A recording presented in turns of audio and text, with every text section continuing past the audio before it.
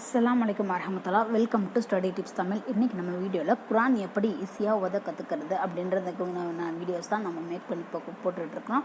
ஏற்கனவே வந்து நிறைய வீடியோஸ் நம்ம போட்டுட்ருக்கோம். எஸ்என்என் குரான் தான் பேசிக்ஸு, அதில் இருந்து தான் நம்ம ஆரம்பித்து சொல்லி கொடுத்துட்ருக்குறோம். அதுலேருந்து வந்து 30 லெட்டர் வந்து அரபி எழுத்து எப்படி மனப்பாடம் பண்ணி வச்சுக்கணும் முதல்ல. அதுக்கப்புறமேட்டு ஜபர் ஜெயர்லாம் வச்சு எப்படி ஓதணும், நுக்தா இருந்தால் எப்படி என்ன வார்த்தைன்னு சொல்கிறேன், என்ன எழுத்துன்னு சொல்கிறது, ஒரு நுக்தா இருந்தால் நுக்தா, 3 நுக்தா, அதெல்லாம் எப்படி சொல்கிறதுன்னு சொல்லியிருக்கேன். அப்புறம் தோ ஜபர், தோ ஜேரு, தோ பேஷு அதெல்லாம் சொல்லியிருக்கேன். அப்புறம் நான் அதெல்லாம் சொல்லி வீடியோ போட்டிருக்கேன். அதுக்கப்புறம் வந்து கடா ஜபர், கடா ஜேரு, உல்டா பேஷு அது சொல்லியிருக்கிறேன். அதுக்கப்புறமேட்டு கடைசியாக வந்து ஷத்தில் பாதத்தில் வந்து வந்திருக்கிறோம். இப்போ இதில் வந்து இந்த பாடம் 23ன்றதில் வந்து வந்திருக்கிறோம். இந்த மாதிரி பாடம் வந்து நம்ம ஏற்கனவே பார்த்துருக்குறோம். அந்த பாடத்துலேருந்து தான் இதுவும் பேசிக் வந்துருக்குது. வா ல வல்ல அப்படின்ற பாடம் வந்து நம்ம ஒரு லெட்டருக்கு வந்து அந்த எழுத்து இல்லை அப்படின்னா, சிம்பிள் இல்லை அப்படின்னா அதை வந்து அந்த லெட்டரை விட்டுட்டு எதுக்கு சிம்பிள் இருக்குதோ அதை மட்டும் ஓதணும் அப்படின்ற சட்டம் வந்து ஏற்கனவே இதுக்கு முன்னாடி ஒரு வீடியோஸில் பாடம் 19ன்ற ஒரு தலைப்பில் நான் அதை சொல்லியிருக்கிறேன். அது ஜபர் மட்டும் வரும். இதில் வந்து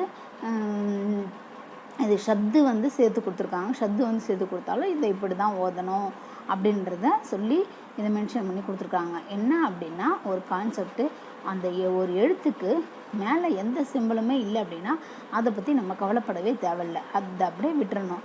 அதை விட்டுட்டு இருக்கிற சிம்பிளுக்கு மட்டும் நம்ம ஓதனா மட்டும் போதும். அதுதான் வந்து இதனுடைய சட்டமே. இதுதான் இதுலேயும் சொல்லியிருக்கிறாங்க. அந்த படத்தை தான் நம்ம இப்போ பார்க்க போகிறோம்.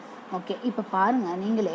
அதில் வா ல வலன்னு சொல்லி கொடுத்துருக்காங்க. அலிஃப் இருக்குது, ஆனால் அந்த அலிஃபை வந்து நம்ம மென்ஷன் பண்ணல. ஏன் அப்படின்னா அதுக்கு சிம்பிள் இல்லை, வல்ல சொல்லிட்டோம். அதே மாதிரி தான் இங்கேயும் பாருங்கள், அலிஃபுல் ஆம் இருக்குது, அதில் எந்த சிம்பிள் இல்லை, நஸ்ஸு.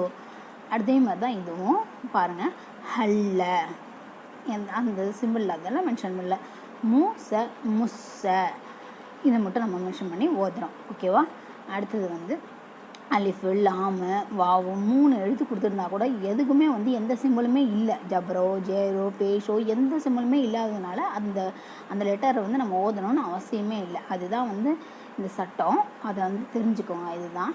அடுத்தது வந்து பாருங்கள், கத்தி, ஹன்ன, லாம் இருக்குது, அதுக்காக ஹான்னு ஓதக்கூடாது. ஹன்ன, அலிஃபு எதையுமே சொல்லக்கூடாது. நர்ரி, பஸ்ஸ, உன்ன, ஃபிஸ்ஸ, வல்லசீன, யா ஐயுஹல்லசீன. இங்கே பாருங்கள், சிரீம் அது கொடுத்துருக்கிறதால அதை 3 அலிஃப் நீட்டணும். யா ஐயுஹல்லசீன ஆமன சுஃபஹா. ஓ, ஏன் அங்கே மேலே பெரியமது இருக்குது, 5 அலிஃப் நீட்டி ஓதுறோம். ஓகேவா? அடுத்தது வந்து அகீமுஸ் சலாத்த. அடுத்தது வந்து கத்திஹானே, யா ஐயுஹன் நபியு 3 அலிஃப் நீட்டியாச்சு சிறிமத்துக்கு. மினர் ரிபா 3 அலிஃப் நீட்டியாச்சு. ஆத்தவுஸ் ஜகாத்த ஃபிஸ் சமாவாத்தி லத்து நப்ப உன்ன வத்தப அவுஷ் ஷஹவாத்தி. நல்லா கவனிங்க, வத்தப அவுஷ் ஷஹவாத்தி லிஸ் ஜக்கரி. இதோட இந்த வீடியோவை முடிச்சுக்கலாம். இந்த வீடியோ இதோட முடிஞ்சிருச்சு.